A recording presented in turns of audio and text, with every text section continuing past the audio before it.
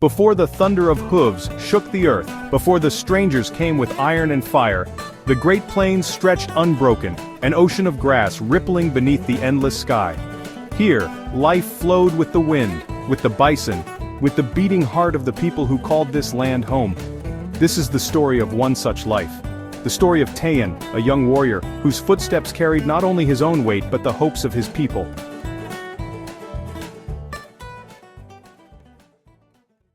The morning sun rises slowly, painting the horizon in bands of copper and gold. Dew clings to the tall prairie grass, catching the light like 1,000 small stars. The air is crisp, alive with the chorus of meadowlarks. Tayan awakens inside a lodge of stretched hides, the smoke hole above him glowing faintly. The scent of sage and sweetgrass lingers from the night's fire.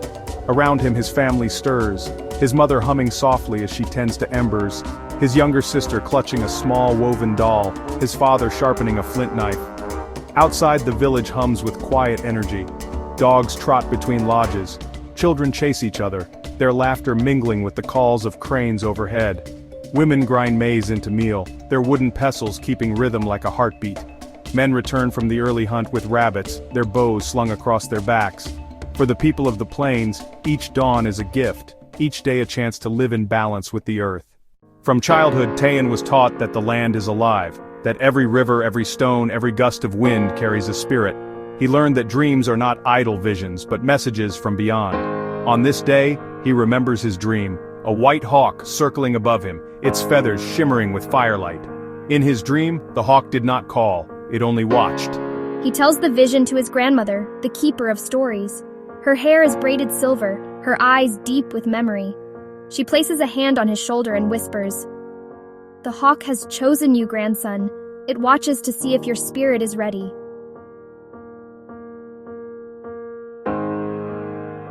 Her words settle in him like a stone sinking into water. Later, Tayan joins the men on the hunt. They move silently, the grass brushing against their legs, the earth firm beneath their moccasins. Ahead, dark shapes graze on the open plain, bison, mighty and patient, their coats heavy with dust. The hunters crouch low, whispering prayers to the spirits of the herd. For the people, the bison is not just food, it is shelter, clothing, tools, life itself. To take one is to give thanks, to honor, to promise never to waste. The air thickens with tension, arrows are notched, hearts pound.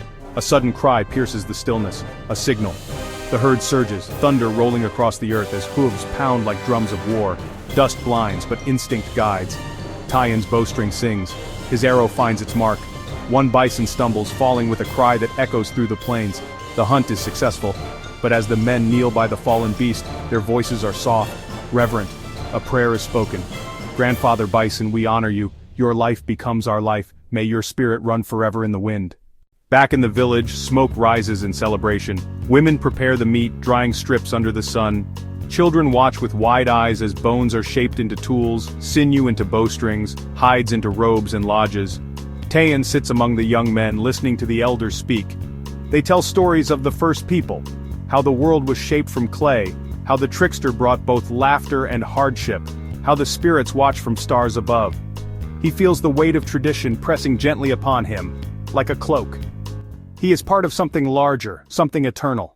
But this is not just any day.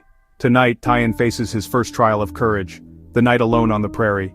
Before sunset, he walks beyond the circle of lodges. The sky stretches vast above him, the prairie grass whispering secrets to the wind. He carries no food, no fire, only a small pouch of tobacco for offering and his own courage. As the sun sinks, the world transforms, shadows lengthen, coyotes sing from afar, the stars awaken, brilliant and uncountable, a river of light across the sky. Alone he feels the immensity of the world press against him. Fear creeps in, the rustle of unseen creatures, the thought of spirits lurking in the dark. He breathes deeply, remembering the teachings. Fear is a shadow, breathe and let it pass. Hours stretch like years. He sings softly to keep his spirit strong, words taught by his grandmother. The earth is my mother, the sky my father, the stars are my brothers, the wind my song. Then in the stillness he hears it, a sudden rush of wings. A hawk, pale as moonlight, sweeps above him, its cry sharp and clear. The vision from his dream made real. Tayan kneels, offering tobacco to the earth, his heart steadies. He is not alone. At dawn, he returns to the village. The people gather to greet him, their faces glowing with pride. His father clasps his shoulder firmly. His grandmother smiles, eyes shining with quiet knowing. Tayan has walked into the night as a boy. He returns as a warrior. The people sing in his honor, the drum echoing like the heartbeat of the earth. Voices rise, weaving together past and present, ancestors and descendants. For in this land every life is a story a song, every song a thread in the great web of existence. The great plains stretch on, vast and eternal. Winds sweep over grasslands, carrying the voices of those who came before. Their songs still linger, in the call of the hawk, in the thunder of bison, in the whispers of the prairie at night. And so, the story of Tayan lives not only in his people but in the land itself. For the land remembers, and the land still speaks.